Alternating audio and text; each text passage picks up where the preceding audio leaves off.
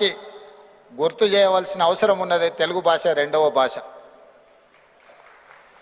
దాదాపుగా 18 కోట్ల పైచిలకు తెలుగు ప్రజలు వివిధ రాష్ట్రాలలో వివిధ దేశాలలో ఉన్న ఈ దేశ రాజకీయాల మీద ఆ స్థాయిలో మనం ప్రభావితం చూపించలేకపోతున్నాము.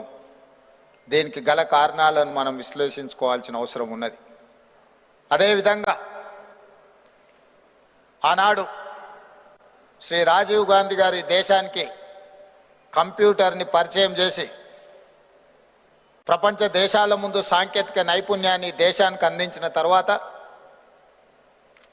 నారా చంద్రబాబు నాయుడు గారు ఆ కంప్యూటర్ యుగాన్ని ముందుకు తీసుకెళ్లాలి అని ఈ నగరంలో ఐటీని వేగంగా అభివృద్ధి చేసే ముఖ్యమంత్రిగా, ఒక రిఫార్మిస్ట్గా వారు నిర్ణయాలు తీసుకోవడంతో ఈరోజు ఈ ప్రాంతం అంతా అత్యంత ఆధునిక సాంకేతిక నైపుణ్యంతో అభివృద్ధి జరుగుతుంది. ఈ అభివృద్ధి ప్రపంచంతోనే పోటీ పడే విధంగా మనకు అవకాశాలను కల్పిస్తుంది. ఆర్థికంగా అభివృద్ధి పదం వైపు నడపడానికి ఉపయోగపడ్డది. అదేవిధంగా కొనసాగింపుగా వైఎస్ రాజశేఖర రెడ్డి గారు ఔటర్ రింగ్ రోడ్ కావచ్చు, అంతర్జాతీయ ఎయిర్పోర్ట్ కావచ్చు, ఐటీ ఫార్మా ఇండస్ట్రీస్లో ఇన్వెస్ట్మెంట్స్ కావచ్చు, ఇన్ఫ్రాస్ట్రక్చర్ ఇన్వెస్ట్మెంట్స్ కావచ్చు, వీటన్నిటినీ కొనసాగించి ఇంకా వేగంగా ముందుకు తీసుకెళ్లడంతో ఈరోజు హైదరాబాదు తెలంగాణ రాష్ట్ర ఆదాయంలో 65% ఇక్కడి నుంచే ఈ ఆదాయం వస్తుందంటే ఆనాటి ముఖ్యమంత్రులు తీసుకున్న నిర్ణయం. ఇదే కాదు, దేశ రాజకీయాలలో ఆనాడు డాక్టర్ నీలం సంజీవరెడ్డి గారు, పివి నరసింహారావు గారు, నందమూరి తారక రామారావు గారు చూపించిన ప్రభావం, వారు పోషించిన పాత్ర, ఆ తర్వాతి తరంలో కాకా వెంకటస్వామి గారు, జైపాల్ రెడ్డి గారు, వెంకయ్య నాయుడు గారు, రెండో తరంలో వాళ్ళు జాతీయ రాజకీయాలలో వాళ్ళ ప్రభావాన్ని చూపించారు. 2-3 తరాలకు మధ్యలో చంద్రబాబు నాయుడు గారు, వైఎస్ రాజశేఖర రెడ్డి గారు ప్రభావాన్ని చూపించిన ఈరోజు వెనక్కి తిరిగి చూసుకుంటే జాతీయ రాజకీయాలలో తెలుగు వారి పాత్ర సన్నగిల్లిందని చెప్పి మనం ఈ వేదిక మీద చర్చించుకోవాల్సిన అవసరం ఉన్నది.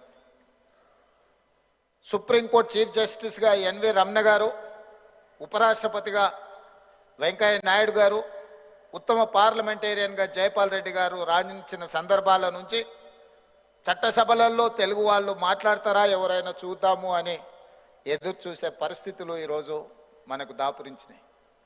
ఈరోజు ఐటీ రంగంలో, ఫార్మా రంగంలో ప్రధానంగా మన కోవిడ్ వచ్చిన సందర్భంలో మన యొక్క ప్రాధాన్యత ప్రపంచానికి తెలిసింది. ఈరోజు బల్క్ డ్రగ్స్ రంగంలో దేశంలో ఉత్పత్తి అవుతున్న బల్క్ డ్రగ్స్ 35% మన హైదరాబాదు నగరం నుంచే మన తెలుగు వాళ్ళే ఉత్పత్తి చేస్తున్నారు అంటే ఇది గొప్ప గర్వకారణం మనకందరికీ. అలాంటి పరిస్థితుల్లో ఈరోజు కొంచెం కొంచెంగా మనము మన యొక్క ఉనికిని, మనగడను, మన భాషను, మన సాంప్రదాయాలను మనం కోల్పోతున్నామేమో అనే అనుమానం కలిగించే పరిస్థితులు ఈరోజు మనం చూస్తున్నాం. అందుకే ఇలాంటి సభలు, సమావేశాలు ఏర్పాటు చేయడం ద్వారా మన యొక్క బాధ్యతను గుర్తు చేసుకునే విధంగా, బాధ్యత కలిగిన వాళ్ళు బాధ్యతాయుతంగా వ్యవహరించే విధంగా మనం విధి విధానాలను ఖరారు చేసుకోవాలి. ఈరోజు సినిమా రంగంలో తెలుగు వాళ్ళు ఈ మధ్యకాలంలో దేశ సినిమా రంగాన్నే కాదు హాలీవుడ్తో పోటీ పడే విధంగా మన వాళ్ళు రాణిస్తున్నారు. ఈ ఒక్క విషయంలో మనం మిగతా వాళ్ళకంటే ముందు భాగంలో ఉండి తెలుగు సినిమా రంగం ఈరోజు చాలామందికి దేశంలో ఆదర్శంగా నిలబడ్డది.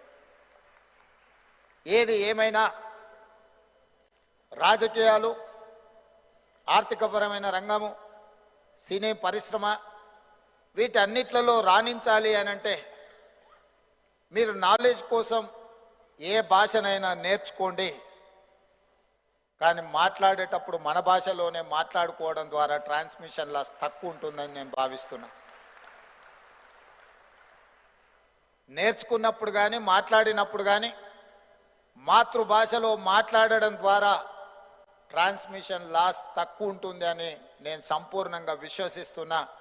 ఈరోజు మనం అందరం ఎక్కడ, ఏ దేశంలో గతంలో ఒక నానుడు ఉండేది, ఎక్కడికి వెళ్ళినా ఒక మలయాళీ ఉంటాడు అని. ఎవరెస్ట్ శిఖరం ఎక్కినా కూడా అక్కడ మలయాళీ టీ అమ్ముతూనో ఏదో ఒకటి కనిపిస్తాడు. ఈరోజు మలయాళీలతో పోటీ పడే విధంగా మన తెలుగు వాళ్ళు ప్రపంచంలో ఏ దేశానికి వెళ్ళినా ఎవరో ఒకరు మన వాళ్ళు కనిపిస్తుండ్రు. వాళ్ళు కల్పించినప్పుడు మనకు చాలా సంతోషం కలుగుతుంది. ఓహో, మన వాళ్ళు ఇక్కడ కూడా రాణించిండ్రా అని.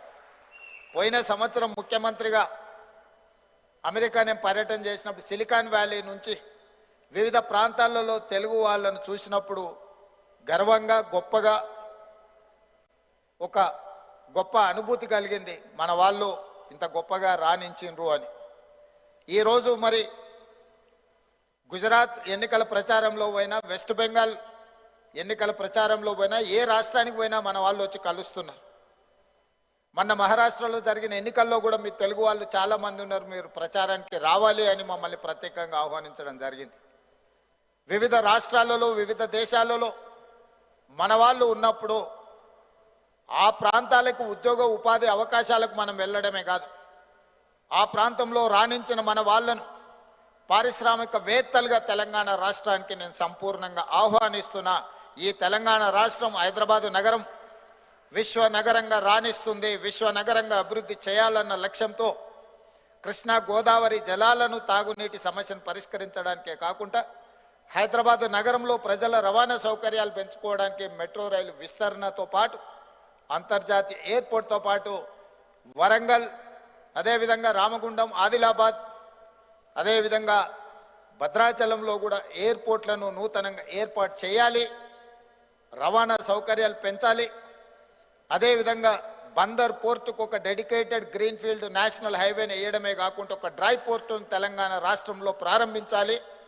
అదేవిధంగా ఆనాడు తీసుకొచ్చిన ఔటర్ రింగ్ రోడ్ ఆర్థికంగా అంతర్జాతీయ స్థాయికి ఎదగడానికి పనికొచ్చింది. ఆ స్ఫూర్తితో ఈరోజు రీజనల్ రింగ్ రోడ్ 369 కిలోమీటర్లతో మొత్తం తెలంగాణ రాష్ట్రాన్ని 60% అర్బనైజ్డ్ చేసే విధంగా పట్టణీకరణ చేయడమే కాకుండా పరిశ్రమలు నెలకొల్పడానికి అవసరమైన ఏర్పాట్లను చేయడానికి ఈరోజు మా ప్రభుత్వం ప్రయత్నం చేస్తుంది. ఔటర్ రింగ్ రోడ్డు నుంచి రీజనల్ రింగ్ రోడ్ వరకు రేడియల్ రోడ్స్ని వేయడమే కాకుండా ఈరోజు పరిశ్రమలు నెలకొల్పడానికి అవసరమైన అన్ని నిర్ణయాలను మా ప్రభుత్వం తీసుకుంటుంది. ఇదే కాదు, హైదరాబాద్ నగరాన్ని కులీ కుతుబ్షాహీ నిజాములు నిర్మిస్తే, సికింద్రాబాద్ నగరాన్ని బ్రిటిషర్సు నిజాం నిర్మిస్తే, సైబరాబాద్ని చంద్రబాబు నాయుడు గారు, రాజశేఖర రెడ్డి గారు నిర్మిస్తే, ఈరోజు 4th సిటీ అంతర్జాతీయ విమానాశ్రయానికి ఆ పక్కన ఒక ఫ్యూచర్ సిటీని దాదాపుగా 30,000 ఎకరాలలో ఒక నూతన నగరాన్ని నిర్మించాలని తెలంగాణ రాష్ట్ర ప్రభుత్వం నిర్ణయం తీసుకున్నది. మిమ్మల్ని అందరినీ సాధారణంగా ఫ్యూచర్ సిటీలో అన్ని రకాల పరిశ్రమలతో పాటు, పరిశ్రమలే కాకుండా అన్ని రకాల సాంకేతిక నైపుణ్యంతో ప్రపంచంతోనే పోటీ పడే విధంగా ఒక న్యూయార్కో, టోక్యోనో ప్రపంచ దేశాలలో అభివృద్ధి చెందిన నగరాలతో పోటీ పడే విధంగా ఈరోజు మేము ప్రణాళికలు రచిస్తున్నాం. చాలామంది అప్పుడప్పుడు మాట్లాడుతుంటారు తెలంగాణకు ఆంధ్రప్రదేశ్కు పోటీ అని. నేను ఒక మాట చెప్పదలుచుకున్న, తెలంగాణ ఆంధ్రప్రదేశ్ కలిసి ప్రపంచ దేశాలతోనే పోటీ పడే విధంగా అభివృద్ధి చెందాలి. ఈరోజు